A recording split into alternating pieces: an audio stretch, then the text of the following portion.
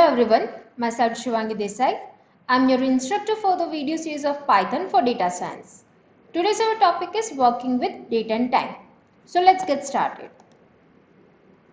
In today's lecture, we are going to cover how to work with date and time, how we can format date and time values, and at last we are going to discuss about time transformation. So let's understand all this topic in practical session.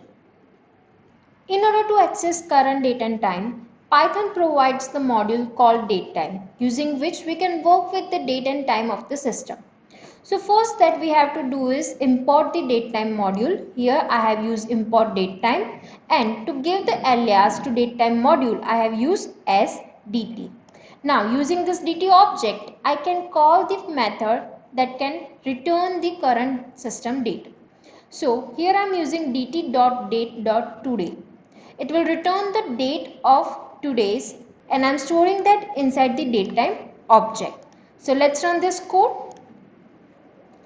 You can see here that this code has returned the today's date. Now if you want to access the entire date along with the timestamp, we have to use now method. So first we have to import the datetime module. Now using dt.datetime.now we can access the current date along with the timestamp. So let's run this code. You can notice in the output that along with the date there is a entire timestamp returned by this now method. So in simple words, if you only want to access the date, you have to use today method, and if you want to use date as well as timestamp, we have to call now method. Now if you want to know how many methods are supported inside the datetime module, we have a dir method. So inside this dir method we have to pass the module name. So let's run this code. As you can see, it returns the list of all the methods supported by this module. Now let's move forward. If you want to access a particular part of your date, say for example you want to access year or only month or only day from the date, you can do that using the object. So here I am creating the object of today's method, and the name of that object is also today, right? So what I am doing, I am importing date from date and time module, and using date.today I am accessing today's date. Now from that I just want to print only year or only month or only day, then I can do that using today.year, today.month and today.day. So let's run this code. Here you can notice that all these elements, the entire date is printed in parts, right? The first return only the year from the date, second return the month from the date, and third return the date, today's date from the date. The same way you can access the part from the timestamp. If you want to only access hour or minute or second or microsecond, you can do that using the same method. So first we have to import the time from the datetime module, right? In previous code we have imported date because we want to access the part of the date, but here we want to access the part of the time, and that's why we have to import time from datetime module. Now I'm making an object of time method using these parameters. Here I have passed the value of hour, minute and seconds. Now when I want to access the particular part from the entire timestamp, I have to use the variable name, that is a, in which our time method is called. So variable name dot hour, variable name dot minute, variable name dot second and the variable name dot microsecond. All this will return the particular part from your timestamp. So let's run this code. As you can see here, it returns 11 for hours because we have set that inside the time method, 34 for minute, 56 for second and 0 for microsecond, as we have not passed any value for microsecond in this method, right? Now if you want to print all the data using same module, right, as I told you, to access the time we have imported time from date and time, and to access the date we have imported date from the datetime module. Now if you want to import a single module and want to access both the elements, that is date and time, then we can import datetime from the datetime module. So here I have imported datetime from the datetime module and have created the object using .now method. Now this .now method will return the current date and current system time, right? So now using this object I have accessed the part of the current date and time. Here you can notice using the same object I have accessed all the individual part of the date and time stamp. So let's run this code. As you can see, the first one, that is year, in which I have called a dot year, it returns the current year. Second, a dot month returns the current month. A dot day returns the today's date. A dot hour returns the current time. A dot minute returns the minute of current time, and a dot timestamp returns the timestamp of current time. Now, next thing we need to understand how to convert this date and time or date time object into the equivalent string format, right? If you want to convert this date and time into the string, we have two possible options. The first one is using the str method and the second is using the strftime method, right? So let's start with the first one, that is use of str method. So here first I have imported datetime module.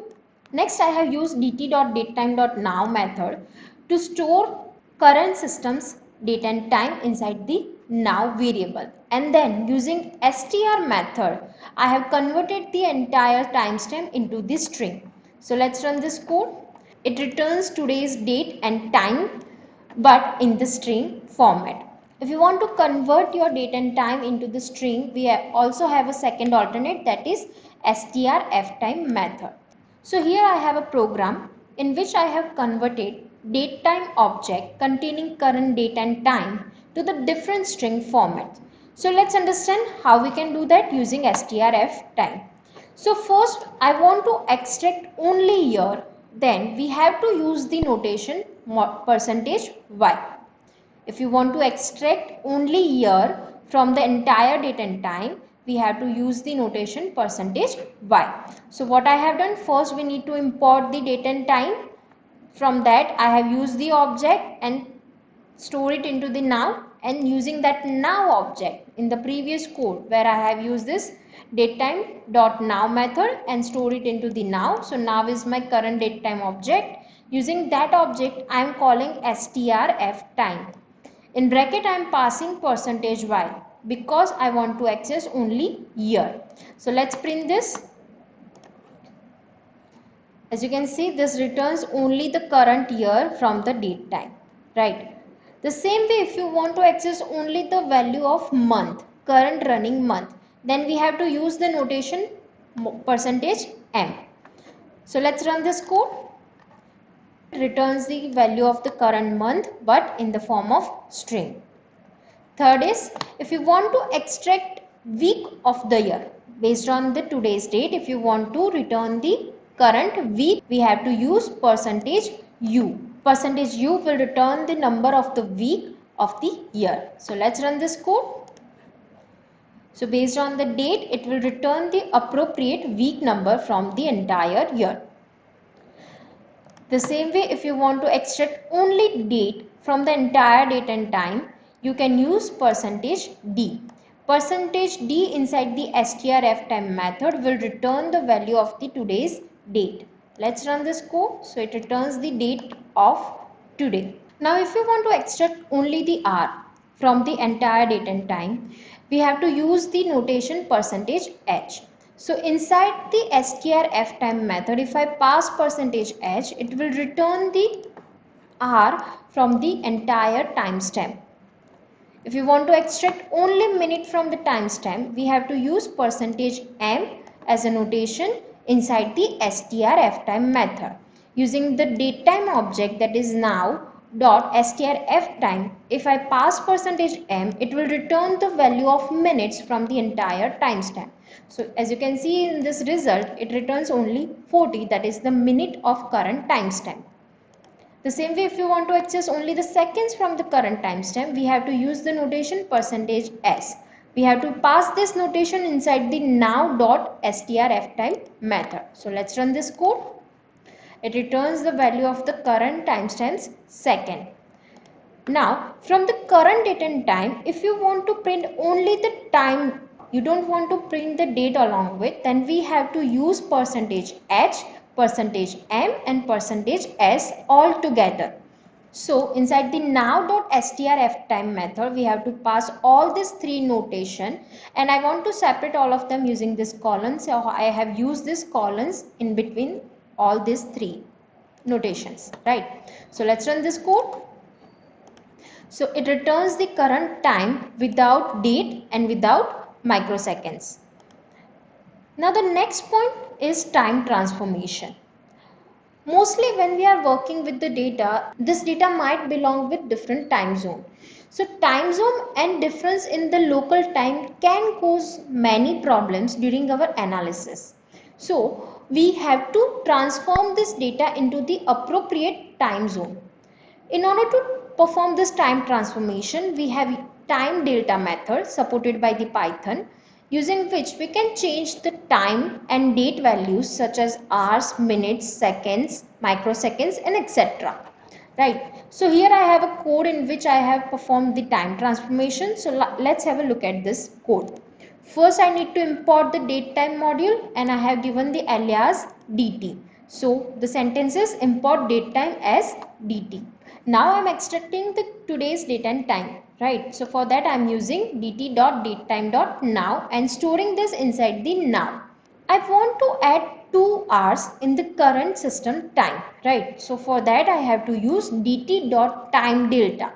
In dt.timeDelta method, I am passing this parameter hours is equal to 2. So basically I am setting the value of this parameter hours with value which I want to add inside the current system's time, right? So I am passing hours is equal to 2.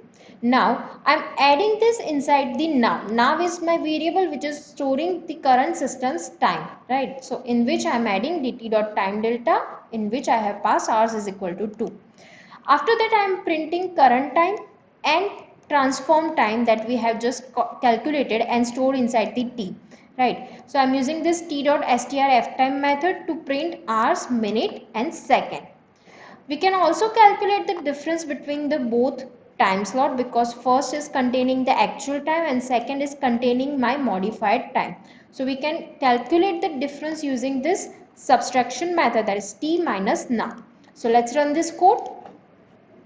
So it returns current system time, that is 14, 48, 40, and my transform time, that is 16, 48 and 40.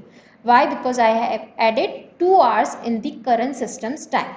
So the difference is of 2 hours. So this is how we can work with time delta, which is used to transform the system's date and time. In this way we can work with the date and time using time date module, and there are multiple methods provided by the time date module to interact with the different parts of the current system's date and time along with the timestamp also. That's it for this lecture. Thank you.